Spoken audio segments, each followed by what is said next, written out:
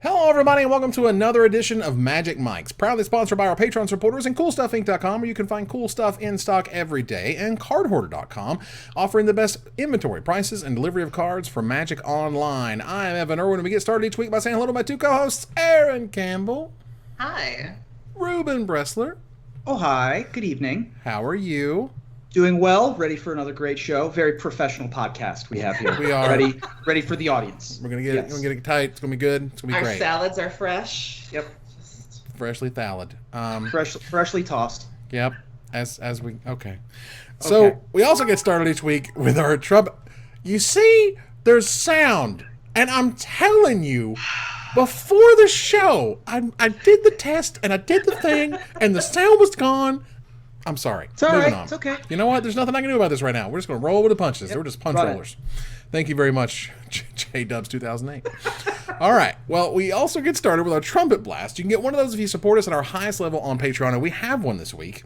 Come join the Indiana Magic community as we celebrate the life of Ben Lavender with a memorial weekend of tournaments this weekend, June 23rd and 24th. That's not this Sorry, weekend. not this weekend. Apologies. I wrote The weekend that down wrong. of... Yeah. The weekend of June 23rd and 24th at the Hendricks County Fairgrounds in Danville, Indiana. Events include Vintage, Modern, Legacy, and Pauper with prize pools increasing with attendance. All proceeds go to benefit his wife and children in their time of grieving and recovery, with great vendors and great formats, and all for a great cause. So please join us in celebrating Ben's life by playing the game we all love. Again, that is at the that is in the Hendricks County Fairgrounds in Danville, Indiana on June 23rd and 24th. Great. So, Yeah. we will kick it off with the first pick and the giveaway. Now, the giveaway, it's a $50 gift to give to CoolStuffInc.com. You know, because sometimes the best money is just money. You know, the best gift is just let me do what I want with the thing. You know, At this point, that's what I want for Christmas. It's just, I don't want your, when I was a kid, I was like, gift cards. Bleh. No, that's uncreative gifting. At this point, I'm just like, I want currency. It's fine. It's whatever. But that said, I put the link in the chat. And for those in the chat, can please share it as those ask. I appreciate it. We'll give away that at the end of the show. So we get the first pick with our Battlebond preview, which, to be clear, was provided free of charge. There was no monetary exchange involved in this.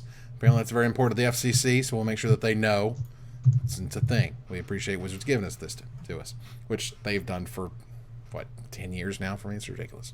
I don't need to explain that this isn't exchange of whatever. This is whatever. It's fine. This creature's weird. Battlebond is weird. Battlebond is really turning out to be Commander Masters. Like there's a lot of money in this set.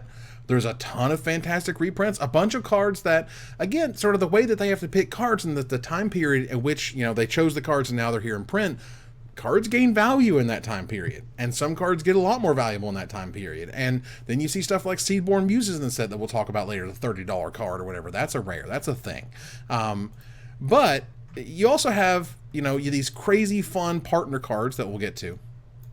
And sometimes you just have one-offs. And sometimes you just have these really weird things that I don't think could ever really work in a standard set. This card, I don't think would ever see play or print in standard. This thing is really odd. Very bizarre. First of all, it's a 10-8. There's only so many 10-8s in Magic. There's one other 10-8, World Breaker, or Breaker of Armies, or something like that. Breaker of Armies, I think it is. Yeah. So just imagine that, right? We're already talking about a green mythic that is a 10-8. That's where we're starting. That's the baseline, y'all. All right.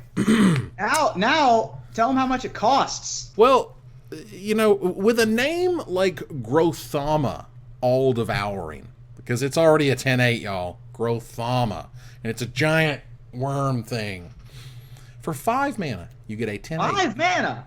For a low, 5 mana.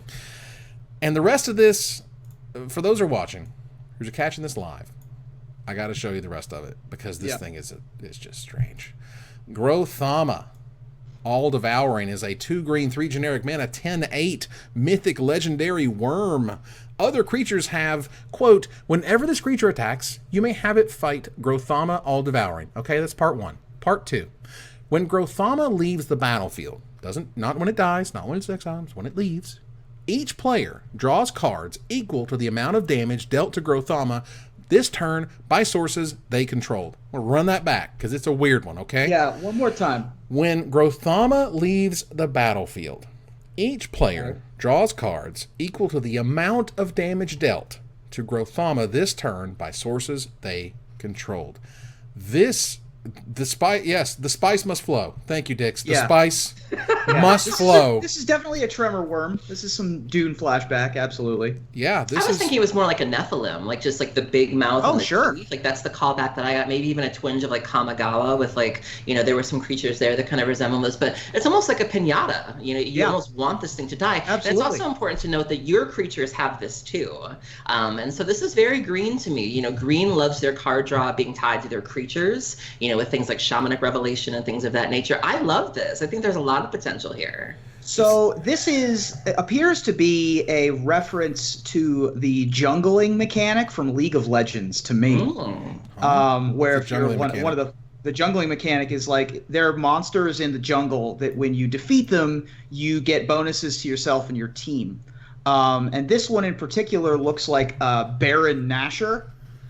Which is like this big hydralisk-looking worm monster thing, and it's like the biggest of the jungle monsters, which is on a map called Summoner's Rift, and that's really what this sticks out to me as, which is you go fight, you have to put it on the battlefield and you have to initiate the combat. But yeah, you get quite the bonus if you're able to do stuff to your Grothama, drawing theoretically 8 cards if it dies. At least, yeah. Also, at least. Also, it combos obviously with your 2-headed giant partner, being able to kill it much easier. Oh, by the way, if it goes back to your hand or you're able to blink it, that leaves the battlefield. So you're able to, if you have a 2/2 that you're not particularly using, you can have it fight the Grothama, blink the Grothama, and still just draw 2 cards. This is a heck of a thing. This is probably the weirdest card that we've had, that any of us have had as a preview. Yeah. It doesn't seem really close. It's weird. We've known about this card for a little while, okay? So we've been, thinking about it, and we've looked at it, and we've read it, and we understand it, and I understand it. The fact that essentially whenever you're a partner attacks, they could just be like, I'm just going to run it into Grothama to kill it, and then I'll draw a bunch of cards, and that's cool.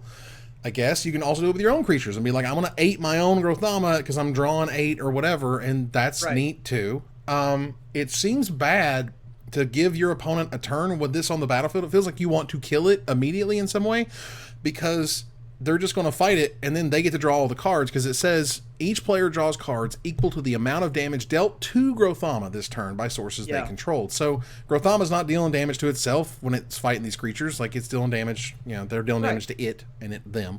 So that's really strange. Oh, okay. I don't think I want to give my opponents, two-headed giant, my opponents a turn to swing into and draw a ton of cards. Certainly not. Because or just like deal 8 damage via burn spells to this thing. Also seems just less than spectacular. Like, you go Grothama and they go Star of Extinction, draw 20. Blasphemous They Act. don't. Yeah, they don't have it. We talk sometimes about making them have it. If they don't have it, you still just have you're still untapping with a 10/8. Like, it's a 10/8 for 5 mana. Like, that's a thing. It's good clean living. Whew, that's a weird. So this is a weird card. This is just I don't know what's happening. And it's great There's because potential here. This was my this was our sort of card for the set, and we're just like, this was my first look at Battlebond, and I'm just like, what is happening in Battlebond? I saw from Battlebond. Yeah. Other than the lanes. Before any of the previews, before we knew kind of where they were going with it, before we saw the art and the themes and the twin and the pairing of things, this was our first taste of it, so we had no idea what to expect. Oh yeah, and like someone mentioned in the chat, if someone could go back to 1996 or 97 and show me this card, like, a little pee would have came out. Like, I mean, I would have been like, oh my god, how does that work? A blood vessel would have burst in my forehead for sure. Yeah, I can't imagine a 5 minute tonight. It's crazy. But somebody has a large truck driving by. Okay, so that is our Battlebond spoiler. Again, thank you, Wizards, for the free preview that we paid $0 to get. Thank you. We move on here to Gather the Townsfolk, in which we'll talk about some Battlebond spoilers, like Arena Rector, Oh my god. Grothama already up on Mythic Spoiler. Good Yeah, job. it is. Way to go, guys. Keep it tight. All right. You got to see Arena Rector. This card is amazing. It's a white and 3 generic mana. It is a mythic human cleric. It is a 1/2, just like the original Academy Rector. When Arena Rector dies, you may exile it. If you do, search your library for a Planeswalker card, put it on the battlefield, then shuffle your library. There are no other words on that card in terms of rules text. It dies, you may exile it. If you do, you find a Planeswalker and you put it onto the battlefield. That's a heck of a card. That is 100% skipping all mana costs or extra payments. You can do that as soon as you could kill your Academy Rector to get enchantments. You could do the same thing with Arena Rector to go get a Planeswalker. So, this card's bananas. This card is like, this is the card where they're like, okay, what could we do to like make Legacy players like lose their mind? And they're like, it's actually vintage. So Rector Flash is a thing in vintage. You pair it with the card Flash, which costs 1 and a blue. So you flash in your Academy Rector, and then it dies, and you go get Omniscience. And so you could be looking at a turn 1 or even a turn 2 Ugin, or Nico Bolas, or even Karn. I mean, that's backbreaking. Yeah, Ugin, Nicol Bolas, and Garruk Apex Predator looks like it's the Nick Fit version. The 3 that you go get, or you double up on either your Nicol Bolas or your Karn. It's obviously the Rector Nick Fit style and legacy is hampered by the presence of Deathrite Shaman, and it is important to point out that you can respond to the trigger on the Rector and not get the ability, unfortunately. But even with all that said, this is a heck of a card, and certainly Planeswalkers at 8 mana pretty regularly are more powerful than enchantments at 8 mana, and so while Academy Rector is great, Arena Rector might be even better. Oh my god, yes. This card, a note and also PSA, tokens don't work like this. It will not work, because the tokens, once they hit the graveyard, they cease to exist. You can't exile a token from the trigger because it's gone. So I learned that the other day. Yeah, Mimic Vat and stuff won't work that way. So it has to be the actual card dying. So that's the thing. The card itself, Yeah, but this card. So then I was like, okay, this was their first of all started at $15 pre-order. Currently at $30. I personally see this thing as a $50 card by tomorrow. Sure. Because this card is ridiculous. And it is legal for Legacy and Vintage, which is awesome. To me, so again, this to me was them saying like, here is your gift, Legacy and Vintage. Here you go. This is the sickness. And then they were like, hold my beer, because we ain't done. Spellseeker. It's a blue 2 generic mana for a 1/1 rare human wizard. Note that it's a human. That's been important recently. When Spellseeker enters the battlefield, you may search your library for an instant or sorcery card with converted mana cost 2 or less. Reveal it, put it into your hand, then shuffle your library. So you go get your Time Walks, you go get your Ancestral Recalls. In EDH, Commander, you go get your Cyclonic Rifts. Yep. Which is also super fun. This card is ridiculous. Merchant Scrolls restricted in Vintage, so you're only allowed 1 copy. This essentially would give you like a second copy of that, which is huge. The fact that it's on a stick, the fact that it has legs, it's a creature, that's relevant too. The art is really gorgeous, it's really creepy. This card is frightening. The nickname that Kevin Cron came up with was Think It Mage. Yes. Which I really enjoy quite a bit. This is a hell of a card. It's able to go get the Flash for that Flash Grothama or the Flash Rector deck that we were just talking about. Obviously able to go get any of the 1 or 2 mana powerful instants and sorceries in Vintage, like your Recalls and your Time Walks and your Channels and what have drains, you. for example. Card's absurd. Very interesting. This is also Imperial Recruiter stats, the 3 mana for a 1/1, and I saw a pun based on that in my Twitter mentions. I gotta go look that one up real quick. Yeah, so ultimately, a 3 mana tutor that finds a card, puts it into your hand, like that is not okay in Standard and Modern. Absolutely not. That is the only way this card gets made is in a set that is not legal in either of those 2 formats, because this card is ridiculous. Ethereal Recruiter. There it is. Nice. Got it. Yeah, and again, it's weird because it feels like it's even better. It's better in Vintage than Legacy because Vintage has access to all the broken spells for 2 mana or less, where Legacy really doesn't.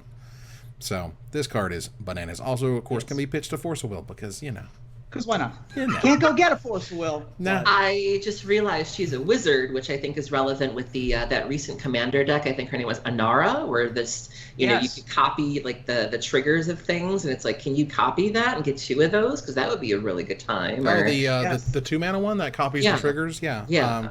Can't remember the name of that guy. Dominaria's had a lot of cards that have a focus on being a wizard too, and like, oof, just And humans is like the best deck in Modern, so like don't how long? remind me. How long?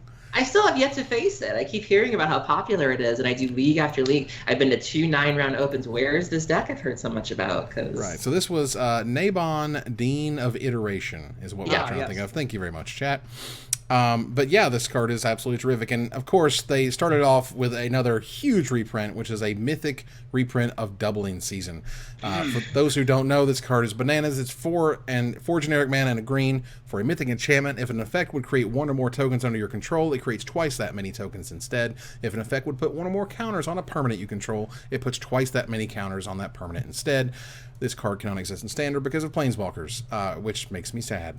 But there, of course, has been many cards like it. They've tried the Anointed Processions and Parallel Lives. Exactly. So they've gotten versions, but nothing. Sitting at $50, $60 currently? Like, yes, please. Oh, yeah. Yeah. This is the money card of the set, and I thought this was going to be the easy #1 money card. And then Arena Rector showed up, and I'm like... Oh, and we're not even done. Yeah. Oh, my God. And we're not even done. Okay, so... Yeah. All right, so let's dial it back a little bit, okay? When Masters 25 was coming out the gates, and it was coming out hot. It was coming out super hot. On the Wednesday that we recorded was when Rishodon port hit, and like hype level max. Like that was where you wanted to be. Hype level max. And then like Thursday, and then then Tree of Redemption is the last mythic you get, and then the last rare is Plague Wind, and you're like, no, Wizards, please. So I'm afraid that like we're gonna get like there's no more gas in that tank. So please don't let there be no more gas in the tank. I'm ready for something else. Our mythic rare is cool and neat and interesting, but it's kind of it's a big green weirdo. Whereas Arena Rector, that card's made to sell some packs, y'all. Let me tell you. And Gathering Magic comes out tomorrow, and it's really interesting.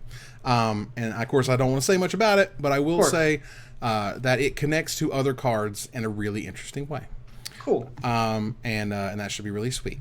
So regardless, moving on here, there were some other big reprints in this. Including Seedborn Muse, which I had no idea was a $30 card. Yep. I wanted one from Grothama, and I went looking for it, and I was like, why is this $30? And there's nothing else like it. Prophet of Crucifix is banned in Commander. Yep. You have like Awakening, which is okay, but like, there's nothing else like this card. Thank you. Oh, yeah. There are some crazy reprints in this set, and obviously you see several of them on the screen, but one that's not on the screen I'll talk about after we do this that I think is actually a real sneaky one. Oh, sure. There's the mythic rare of True Name Nemesis, the first reprint of that card.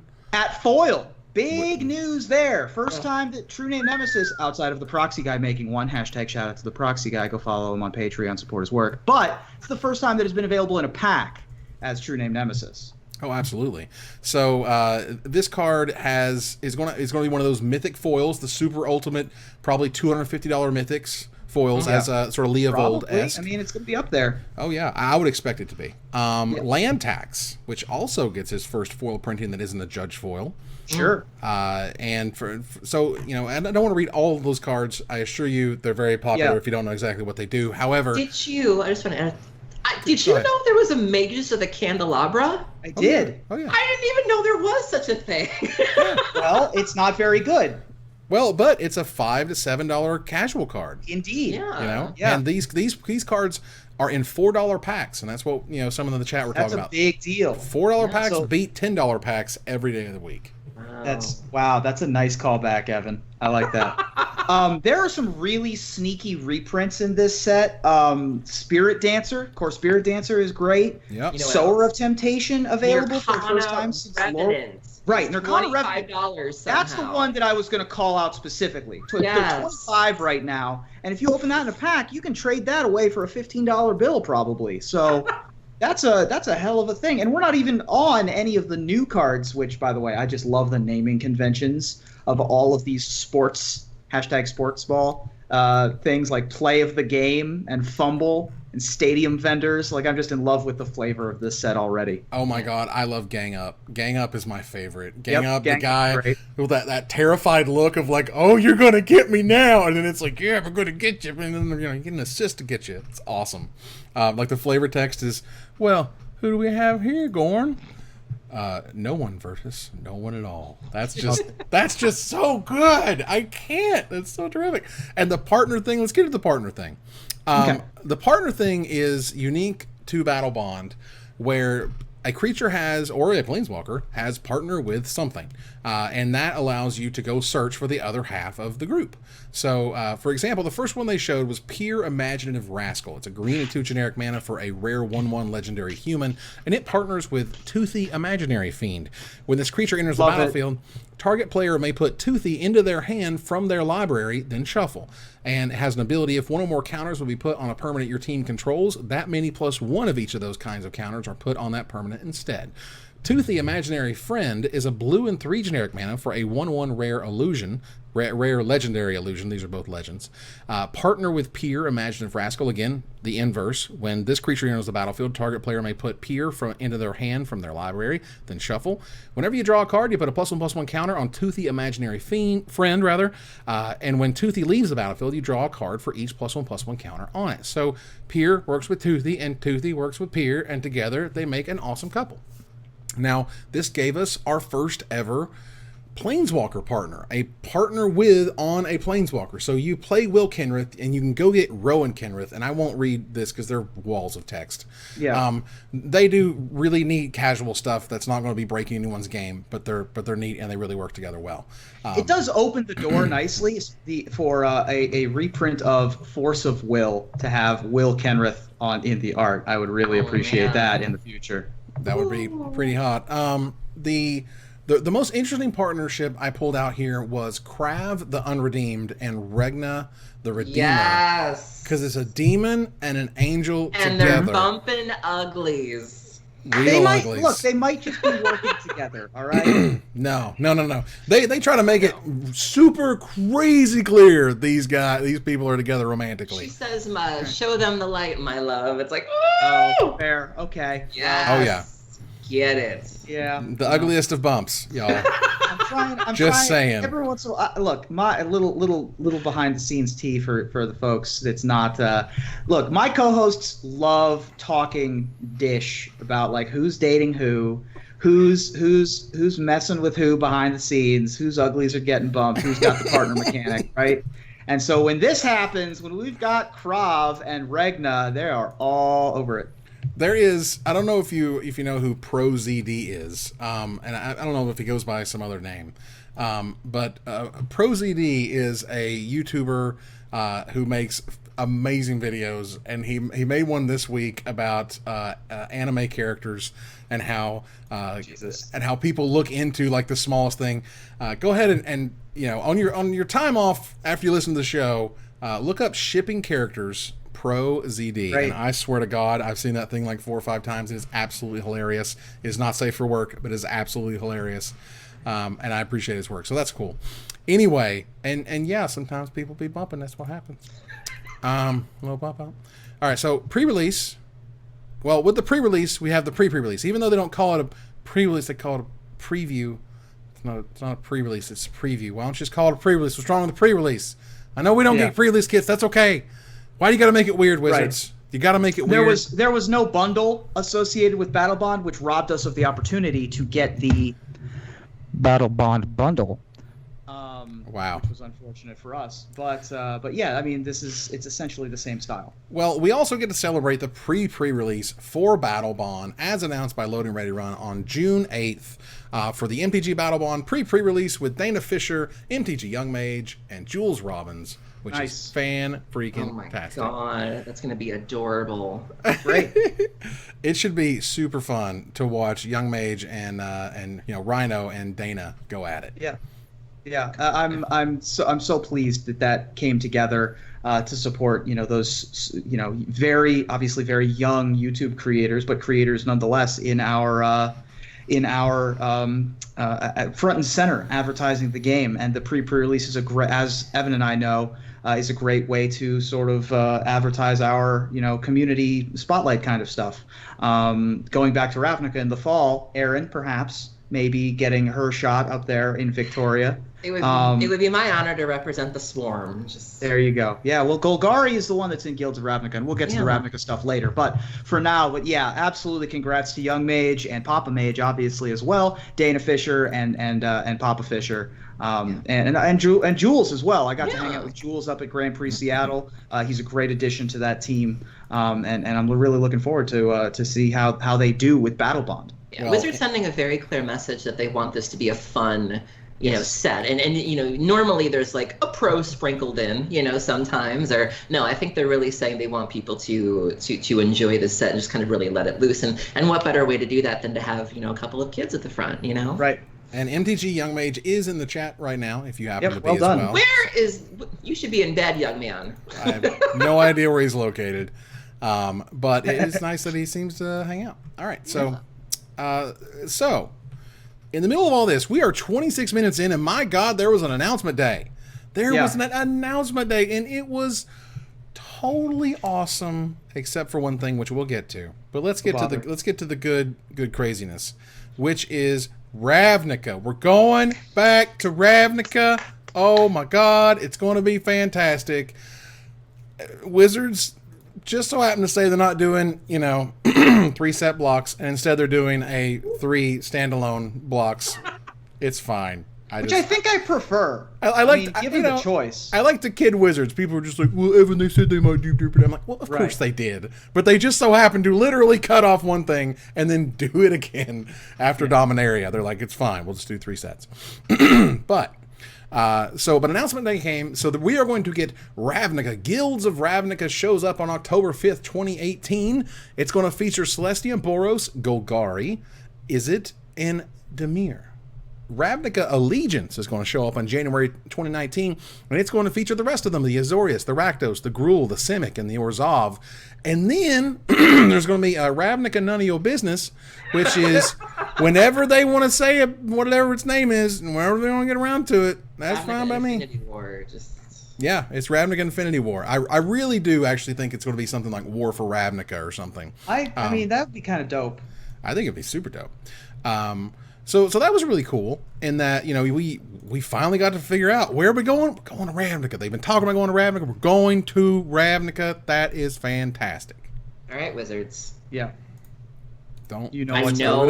I know. I can't stretch.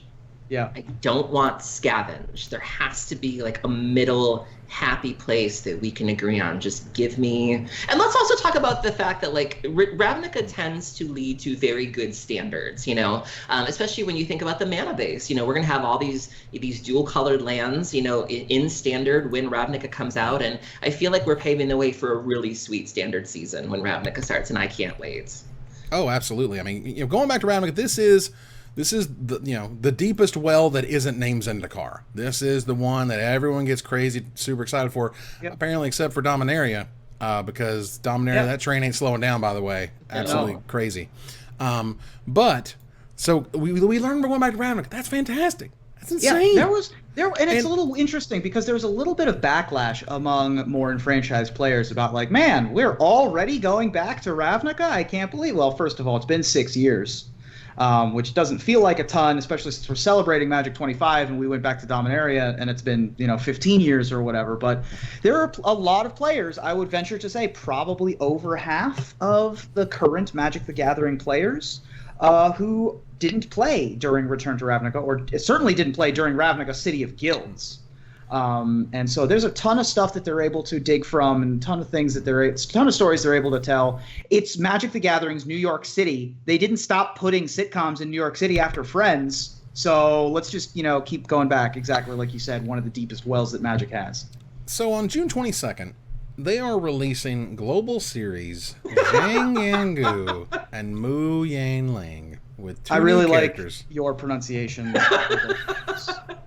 Look, hey, they wanted to showcase talented Chinese artists, designers, and creators to create Planeswalker decks for the growing number of Magic fans in the Chinese-speaking world. Cool. Awesome, whatever.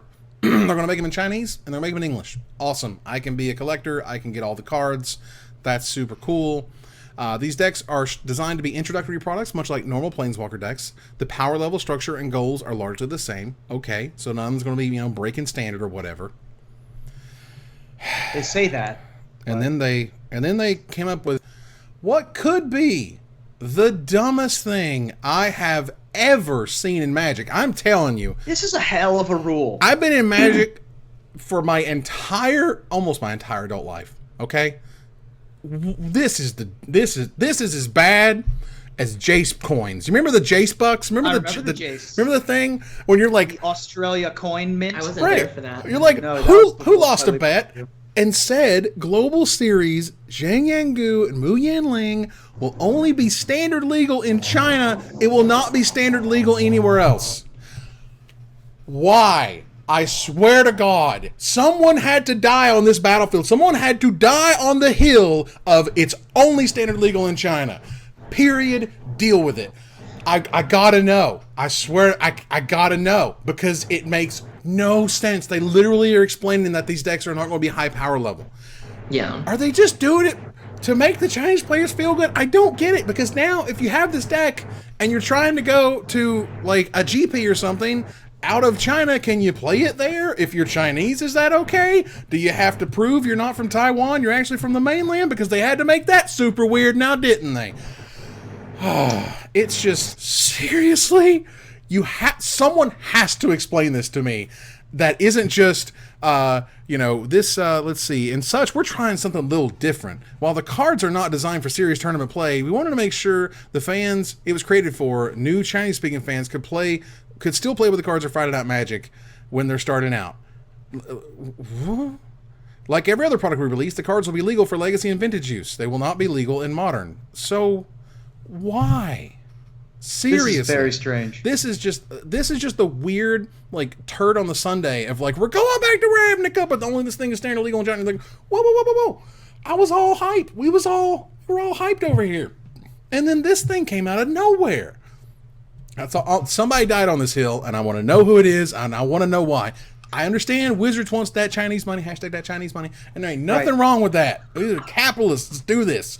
But, like, you got to give me something, because I do not understand it, and it makes no sense. The legality of these cards is also terrible. Not only is it standard legal in China, not anywhere else, but it's also not modern legal anywhere. But it's legacy and vintage legal everywhere. Like the pie split up of where it's legal and where it's not. Hopefully these cards do not have any sort of impact on any format. Because that would be a nightmare. Yeah. Yeah, there has been traditionally sometimes issues understanding what's in standard. This is the dumbest thing. There's a whole website called, I think it's just what'sinstandard.com. The point is that it has been an issue trying to understand what's actually in standard. And now it depends on where you are in the globe. How dumb is that? Not only that, but they've accidentally dipped their toe into some socio-political stuff in the subcontinent with the cards not being legal outside of mainland China, and so Chinese Taipei, Taiwan being a political hot-button issue is certainly a thing. So, All right. Well, so what's in standard, not what is in standard, is still up, and that's great, and I appreciate it, because now it has to say, you in China? Yeah. Because I got some pretty sweet cards you can play if you're over in China. You're not in China. Can't help you. Sorry. Interesting plays, yeah. This whole thing was so silly.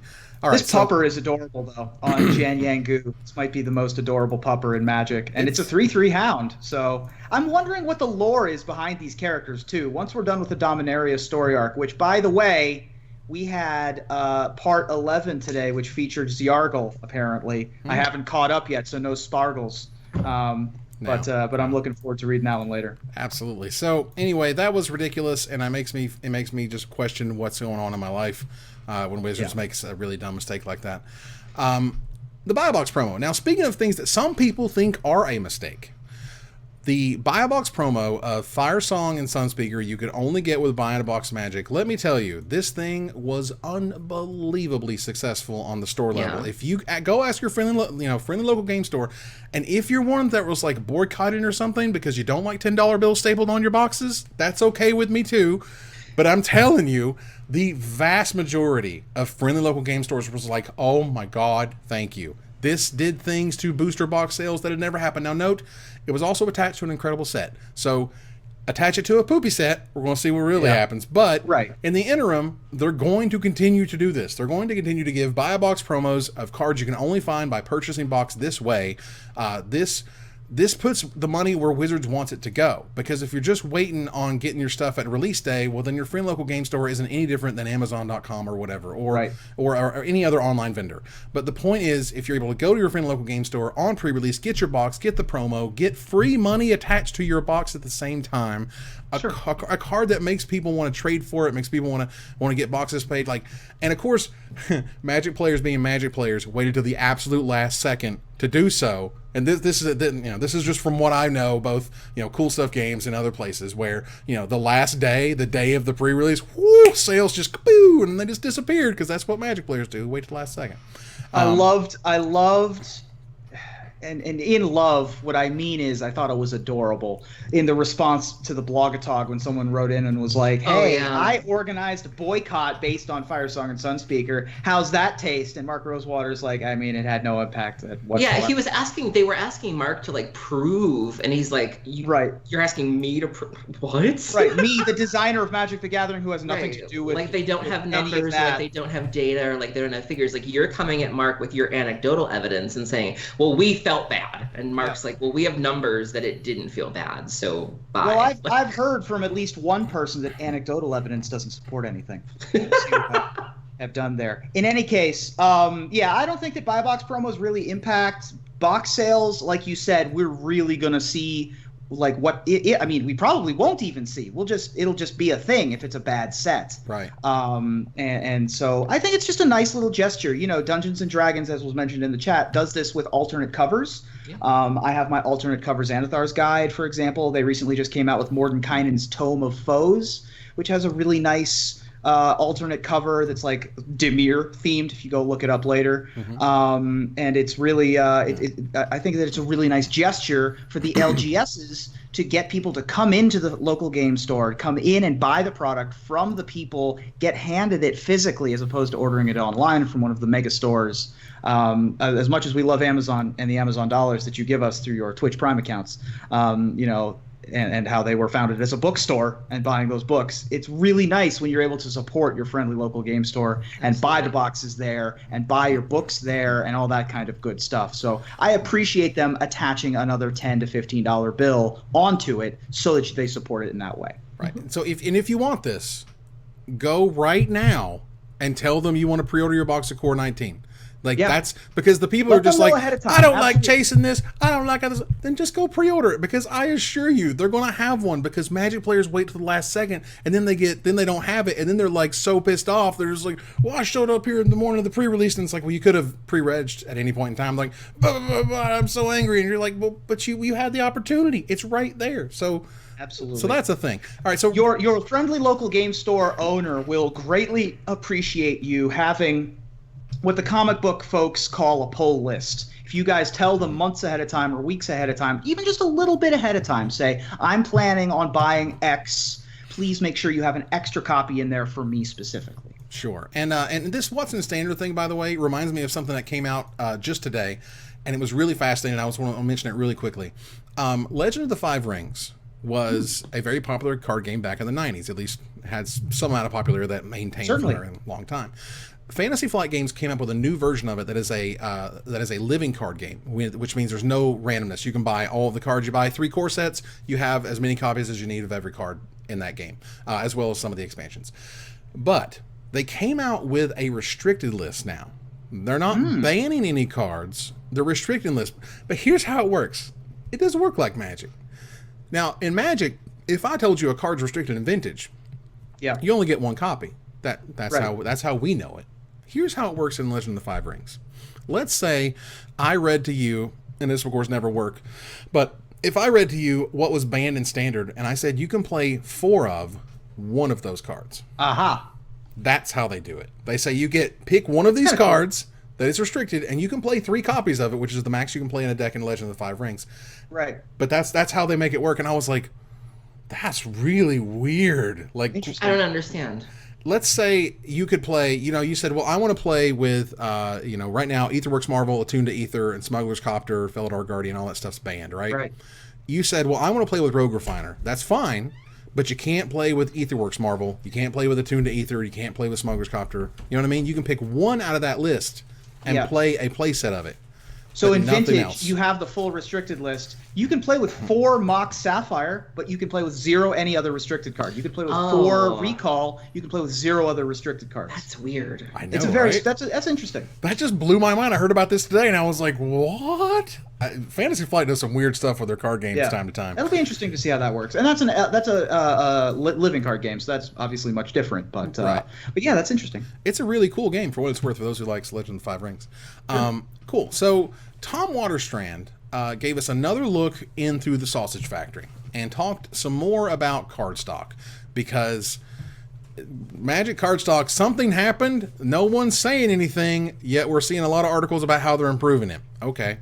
But it's interesting in the way that he's explaining, look, this is how a Magic card's made. We have the base paper and the base glue and the base coating and the top coating. I mean, and I'll also note, he's just like, he says, well, the middle of the cards have been the same ever since the beginning. I'm like, well, the outside sure haven't, because I played Ice Age and Mirage, and I could tell the difference between those pretty handedly. And there was lots of talk back in the day of using Ice Age lands versus any other lands because of their differing coloring. But whatever, that's a lot of water under a lot of bridges. But it was just interesting that, again, we kind of have this history of, we're doing this stuff, and, 2 years ago we worked with our partners to develop and qualify an additional Magic stock for our Japanese market. The stock is unique in that it has a different multiply construction, yada, yada, yada. The point is, we're trying to make them better. Yeah. We don't want to say they're not good, but we're trying to make them better, which is cool. I encourage this. It amuses me that the tightrope that we're on. Yeah. We can't really acknowledge a thing, but we can improve a thing, and that's cool too. I love this article because I love the behind-the-scenes stuff. This article had some. First of all, the blue center to the Magic card is a thing that we've known about forever. One of my favorite stories about the blue glue, as it's referred to in this article, when you rip a Magic card in half and it has the blue line, that is the only tried and true 100% way to know for a fact that it's a real Magic card. It's true. But there was, and I'm not going to say the judge's name just in case this is like a story I'm not allowed to tell, but there was a judge who we know very well who was like, this is an illegal Magic card. This is a false Magic card. And it was like $1,000 Magic card if it were real. And the head judge came over and was like, there's only one way to prove it if it's a real Magic card. And the judge was like, I will pay for it if this is a real Magic card, and ripped it in half. And it was a fake. I've seen vendors with that story too, where like somebody will try to sell them something and they will say, we're not really sure, we'll give you credit, regardless or whatever, but we need to know if we're being scammed here. And I've seen pictures of people, ripping up the card and saying whatever. So yeah. So again, I appreciate things improving. It's a little odd to not exactly mention why we're talking about this, but it's fine. Yeah. We went into Desperate Ravings, things we talked about a lot online this week. Cubeamajigs. Oh, yeah. Our friend Rico. Boy. Talk about a popular Kickstarter. Yeah, Cubeamajigs is a resealable gaming pack. Now, he sent me samples so I could take a look at them, and they are really neat. They absolutely do not damage your cards 100%. The way it's built, it's basically impossible. And their construction is basically this is an engineering feat. The idea of folding this plastic in this way, where it could fit 15 cards no problem, and fit 15 double sleeve cards no problem. And I think he said it fits triple, but I'm not sure. But I tried myself, 15 sleeved, 15 double sleeved, no problem at all. The artwork looks really cool, and the idea is just really great. So for those who don't know what this is, if you have a cube, people like to build their own cubes, and part of having a cube is you basically make your own packs. Right. And some people will just kind of, maybe assemble them somehow. This gives you a way to put those 15 cards into actual packs to really recreate that experience. And it's funny. It's funny that has there been anything like this before? Like you would think somebody would have. Nope. Well, the problem that it solved was that, whenever you tuck in a tuck box, as they call them, that first little like lip or whatever into the box will damage the cards. Either it'll damage on top or it'll damage from the bottom, and that's always been a thing, and it's always really frustrating. And so, cube drafters essentially have used rubber bands or whatever to keep their deck packs, quote unquote, together, or just shuffled up and gave everybody 15 random cards times 3. However you wanted to do it, but this gives you a way to really just kind of enhance the experience. And it's really cool to me that, first of all, 14 days to go, they're at $37,691, 765 backers. Super cool. Congratulations. Fantastic artwork on these that you get to choose from. Another cool thing about this Kickstarter is that every $1,000 level unlocks a new artwork that is possible to be made. Right, from big artists as well, not just people you've heard of. Yeah, their original goal was 5,000. I've been a big fan of Cardamajigs for a while. This is the same young man, Ricardo. His website is dangerous because I always go and I think, I'm just going to look around for a little bit, and then cut to me leaving with like $50 worth of Eldrazi tokens, But no, this is a novel concept. This is a product that I'm surprised hasn't existed before. It appears to be well made. The Kickstarter is tight. Like, you look at how it's, how it's set up and the way everything's worded. I'm not surprised that this took off, and still 2 weeks to go. This could get even bigger, and I wish them all the success in the world. And so let's bring this up here as requested, because I did have it ready. Awesome. These are the reusable gaming packs, and again, this is essentially your way to house cards in a way that will not damage them in any fashion. Selling them in a starter pack of 8 packs or 25. 25 gives you all for an 8-player draft plus 1 in case something happens to one of them. Yeah, great. You can see here on the GIF on the screen how it kind of opens and closes, and I have put this thing through its paces, to be clear. Like, I've the little tiny flaps on the inside, like, I worked them for many times. Work those flaps. I gave that thing. Yes, right. I gave that thing to every person who walked by my desk, and I was like, here, look at it, open it, do stuff to it, and try to see what the wear and tear of this thing would be. And there's a little bit of, like when plastic gets bent, just a little bit of that, you can tell it's been bent and stays that little bit. And that's about the extent of it. I was incredibly impressed with the durability, and I thought it was a really, really great product. And Rico, Cubeamajigs, Cardamajigs, deserves a lot of credit for taking a great idea and running with it, and the artwork thing is just brilliant. That's just fantastic. All right, cool. So moving on here, there's a new academy out there. We're not just talking about Tolarian Community College, y'all. We're talking about Spike's Academy. Going to go to Spike's Academy, the Ultimate MTG course by Paulo Vitor Damon de Rosa, who, as I understand it, had 50 slots open and 50 slots filled. Today, which is really cool. Congrats on his success, obviously. And this kind of breaks into the area of, well, first of all, it's hard making a living being a Magic player. It is real difficult. You got to make content. You got to fly around the world. You got to do well in events. You got to sort of have your own way to present yourself. You got to be media savvy. You got to be social media savvy, so on and so forth. So the ability to create essentially a teaching element where they're able to take skills that they already spend time, developing, and clearly he's a ridiculously amazing Magic player, and be able to help others who want to get better. That's really cool. This to me is almost sort of like a separate way to take your career in a different direction, while also being able to essentially to sustain yourself, because it's hard out there for a Magic player. Absolutely. We remember the foil Tarmogoyf. We remember that. Oh, for sure. There was a reason. A couple attempts at this. I seem to remember a couple years ago, Roberto Gonzalez was trying to do something, I think, with Melissa DeTora, and it didn't really take off. And we've seen some pros kind of freelance. Emma Handy coached for a while. Jim Davis offers coaching sessions, and to various degrees of success. But yeah, this is an area of content creation that really hasn't been catered to in a way, in a a manner such as this. And there's definitely a market out there for people who want to get better, would like some more personalized attention, who feel that they can only learn so much from articles or videos, and maybe they can't even learn that way. And so I think this is great. This is something I would certainly be interested in. It's obvious that he's, very popular. He's sold out in a day. And so I hope this works. I hope that it inspires others to, do that as well. Important to note that the beta slots are all filled, but regular registration is still available. Okay. So if you all are interested, I posted a link in the chat. For a $100, you get access to the Spikes Academy page. Awesome.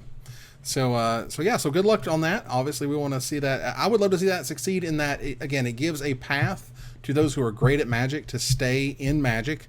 We're going to talk about a whole bunch of money in other games here in a little bit, and there is a whole bunch of money in other games. Yeah. We lost Kibler to Hearthstone because hashtag that Hearthstone money. Did you see that they gave him and Shiro Battlebond cards? Yeah, they did. It was great. Yeah, it was great. That's great. Yeah, so for those who don't know, there's the way they spoiled a lot of these partner cards was they gave them to classic partners in Magic like Cedric Phillips and Patrick Sullivan. Cedric and P. Sully.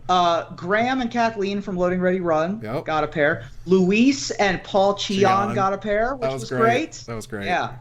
Oh, and Shiro and Brian Kibler got some, and that was cool. And there's some other pairs I feel a little bad that Natalie Natalie Kibler didn't get one, but Shiro's the partner. Well, and of course the big one was the Professor and Wedge got the Planeswalkers. Oh, for sure. Which was really cool. That said, move on here to something that I would like to clarify, because I don't know if it's actually clear or if it was actually a mistake or a problem. Someone said they canceled coverage of GP Toronto and gave no reason why. And someone else had mentioned that it was a mistake, that they actually hadn't planned on GP Toronto coverage and that it was never going to happen anyway. I don't know. I honestly don't know if anybody in the chat knows. I seem to recall, so every once in a while they have a graphic that says like what the next two GPs are going to be. It has like, the Twitch address. It's a nice graphic. It's something that you obviously, it's not like someone just types it in a tweet. It's an actual image. And I could have sworn I saw an image that said that there was going to be coverage there. And so obviously this is something other people saw too. And then when they went to tune into this event, because it's a team events are typically very entertaining. And they were like, yeah, there's no coverage. And it just seems like a really big whoopsie, especially if it was in the graphic like I remember. How do you screw that up? I'm not really sure, but very awkward for all involved. Well, Geek and Sundry announced that the very popular MTG YouTube program, thank God this is back, Spellslingers, is returning. Spellslingers featured a lot of Day 9 and guests, and was super entertaining. Was filmed in what I would describe as the reality TV style, where you got kind of insights into their thinking, and then you go back to the game and stuff like that. And a week from today, we'll premiere the next episode of season 2 of Spellslingers. Cool. Which is really sweet. Goodness. Yeah. Yep. And now, for those who are watching, I have to show you something amazing. Something that I didn't think would work, and we even talked about it. I was like, how is this going to work? What does this even mean? Yeah. Look at this foil playmat. Oh my God. They did it. It's gorgeous. Guys, you got there. I was not expecting them to get there. They got there. It's amazing. We're going to have to do some... Yeah. I can't wait. I'm going to be in Vegas and making sure I get one. I mean, obviously all of us will be in Vegas making sure we get ours. But yeah, that's a heck of a thing, man. I mean, kudos to whoever pulled off that technology. And as a person who makes promo items for events, I would love to know how you did that and if I could do that too. Oof. Because wow. I mean, the double-sided playmat was cute, but not very functional because it would slide around on the table and actually ended up being a little weirder than it ended up. It was more... Yeah, that my Narset playmat I never actually used because it was just not really a functional piece for the playmat purposes. But that one, I mean, that looks fantastic. I cannot believe how well it came out. I'm just like going, okay, what's wrong with it? Like, does it not hold up to wear and tear? Is it a problem when you roll it up? Like, does it have problems with heat? Another little behind the scenes stuff for y'all. Just so, I mean, I think that we've said this publicly already, but we're not doing an M19 review. I think that we said that already because of Aaron's new gig, right?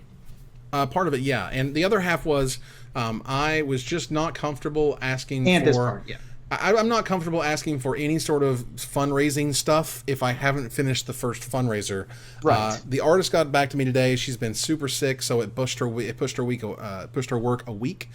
So instead of the end of May, we're going to get it around the first week of June, and that's totally cool. And but the punchline here is that we're definitely going to do it in the fall. And Yes. one of the things, among the things we're looking at is, like Evan said, we're looking into how to do this foil playmat thing, because that is ridiculous. Yeah, so apparently, and thank you very much, MTG Young Mage, the foil playmats made by Legion Supplies.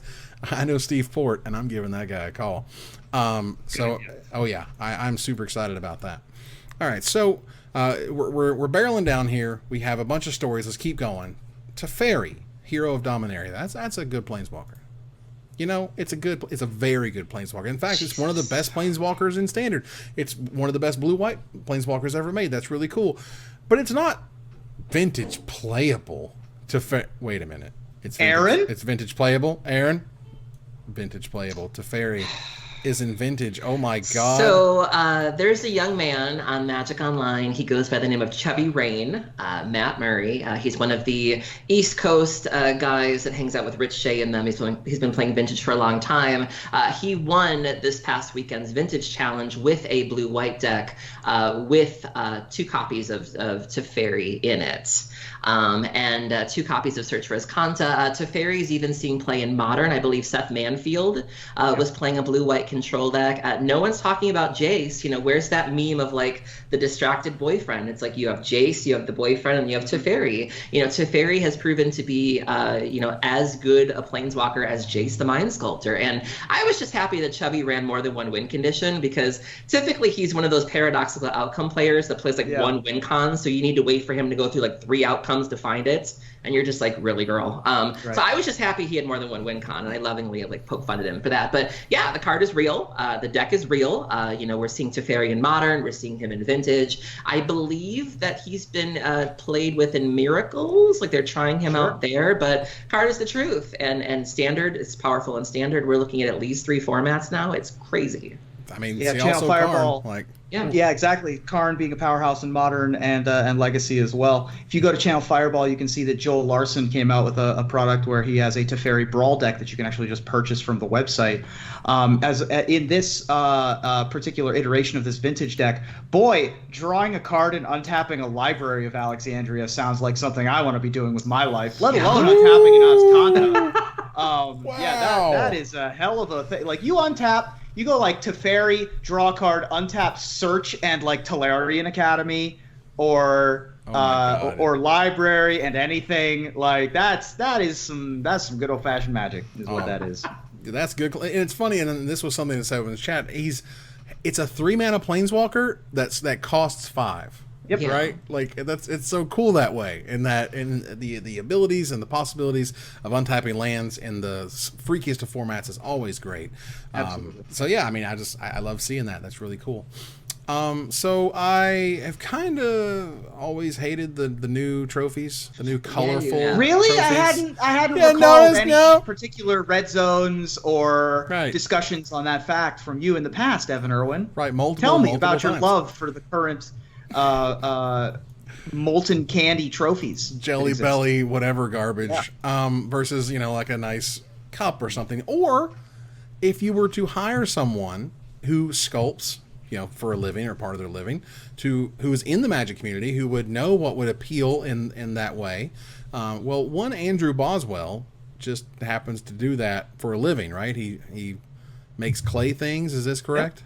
He's a potter. He's a potter for a living. Absolutely. Now listen, if you're gonna do this, I want like the ghost experience. I want like him in like the dark room. I want like the spectral. Take my breath away. I want the whole thing. Yes. Sure. It was. I guess I don't know. I'm uncomfortable now. I need an adult. No, but Andrew Boswell, the idea of him making MTG trophies is really cool. It's neat. I don't think it's ever going to happen. I think it's really sweet. And there are some really interesting trophies around the world that are sculptural. as opposed to the traditional cup or the traditional plaque or things like that. The ones that I know best are from the poker world. The winner of the $50,000 buy-in, what's called the Players' Championship at the World Series of Poker, is the Chip Reese Memorial Trophy, which is a sculptural hand of poker, essentially. The Triton Series in China gives away this really cool dragon, like a Chinese New Year-style dragon, as a trophy, which I think is also awesome. Wait. It's called the Triton series, It's but called. the trophy's It's from the Triton series. Dragon. The yes. Why wouldn't it be a Triton? A Triton? I'll have you speak to their manager. I don't have an answer for you. Thanks, Carol. Yeah. Listen, Pam. All right, I'll get the manager real quick. So anyway, oh my God. Yeah, I think that this is an interesting opportunity, and it's not only Andy, of course, is a spectacularly talented artist in his own way. Magic also has plenty of other talented artists, not only known for their two-dimensional work on Magic card art, but also three-dimensional. Of course, there was the Atraxa sculpture that was a part of the Magic Art Show last year. Yeah. Folks like Vincent Proce, who recently got hired on officially at Universal Studios the other day, and was part of the he's an Emmy Award-winning art contributor now, and was also part of the Shape of Water team that won Best Picture, of course. Nice. There's lots of very cool artists and art potential outside of simply the art on the cards, and so I would really like for them to try to explore something like that. It makes each trophy unique, certainly as well. So I think it would be something worth looking into. Or just use a cup. I mean, we'll just use a cup. It's fine. Don't worry. It's like why go classy? Am I right? Okay. Okay. All right, Bren. Splash damage, things that aren't necessarily magic but are magic-ish. $100 million. If I told you they were going to give away $100 million to play in Magic events, I don't think you would believe me. I would not believe you. However, and they're not, don't worry. Okay. However, you know who is? Fortnite. Fortnite is going to provide $100 million to fund prize pools for Fortnite competitions. Now, that sounds crazy. Ruben, tell us why it's not crazy. It's not crazy. Believe it or look at that number. All right, that's a lot of zeros. That looks like a crazy number. However, I got some good information about this from somebody who knows esports better than I do, an electronic sports aficionado deeper into the digital athletics world than I am. My good close personal friend Josh Sutherland, aka Ask Joshy, you should follow him here on Twitch. He gave me some good information about Fortnite, the finances associated with Fortnite, and how they can support a prize structure this big. Because it's not as unrealistic as it might sound. If you think $100 million is a cool number, check out this number. According to a recent Newsweek article, the company Superdata says that Fortnite made $223 million in March. Jesus. In a month. That was a 73% increase from February, which is a ludicrous number. It is the number one moneymaker on console and number 5 on desktop. On computer. So in the world, in terms of video games, it is the most profitable video game in gaming history. Okay, already. So help me understand something here. So I've seen Fortnite. Yeah. Where's that money coming from? Because it doesn't look that swell. So, like, what are people paying for exactly? So the game, apparently, there's a little bit of the it feels a little bit like the barrier for entry is lower, partially because of the game mechanics of it and partially because of the look. It does look a little bit more cartoony, which was also part of the appeal of Overwatch, as opposed to the super intimidating Battlefield or Call of Duty style games.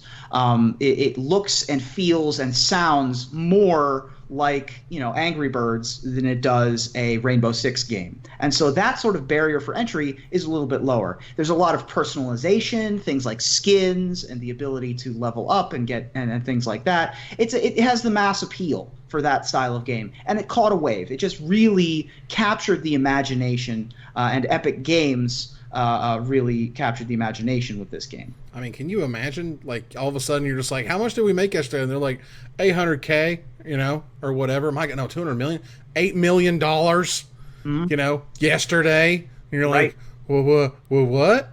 Did you see that tweet from the poker player who was like, grab your deck, shuffle, and start mulliganing. Wizards of the Coast will provide $100 to prize pools for Magic competition. Former gold level pro and current WSOP bracelet winner Ben Yu with that delightful commentary.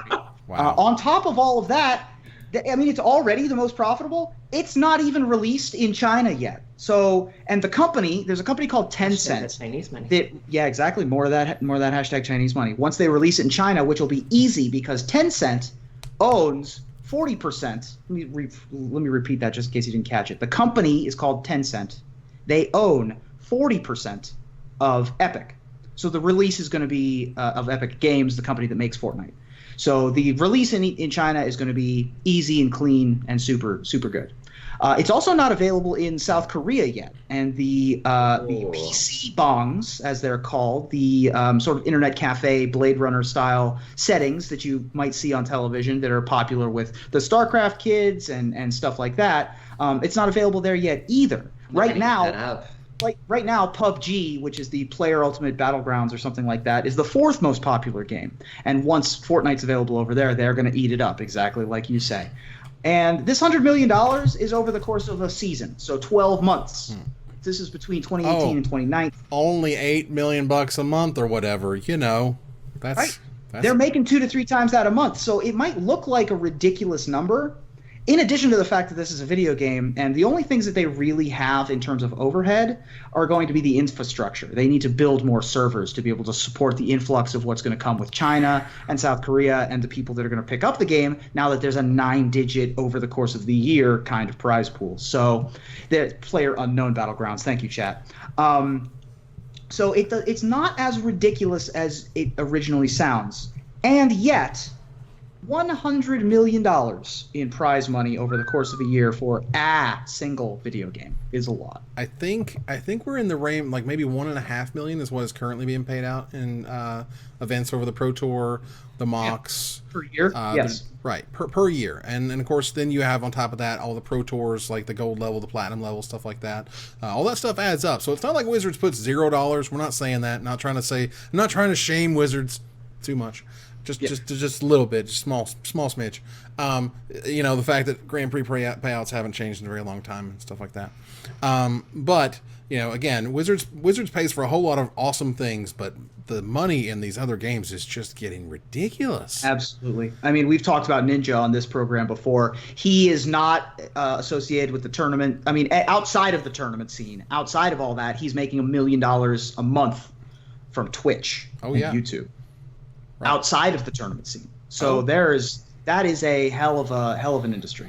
Yeah, it is lucrative if you're in the right place at the right time, and Ninja obviously also put in the work. You know, for sure, for years. Have you heard about his latest controversy lately? No. Okay.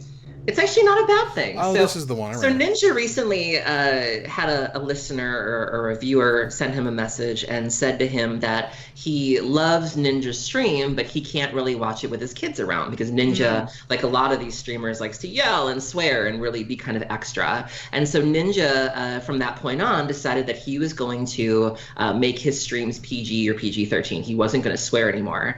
And people are furious. They're like, how dare you sellout? And it's like, wait a minute. So somebody's trying to be better and like there's backlash? Like, we're not talking backlash for like using the N-word or the usual suspects. You know, he's like, I'm just not going to swear anymore. And people are outraged. Like, I love it.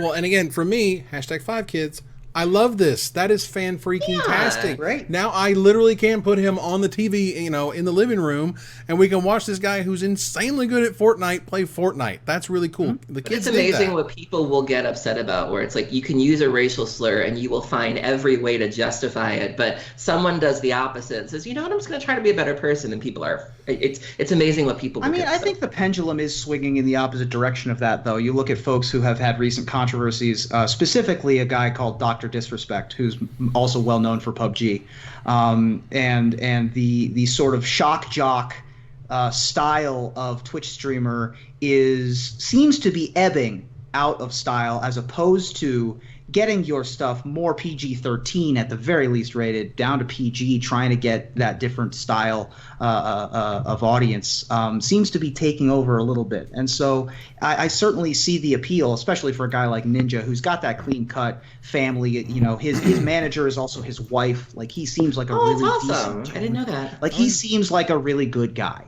Yeah. As opposed to some of these folks you watch and you're like, why is this person popular?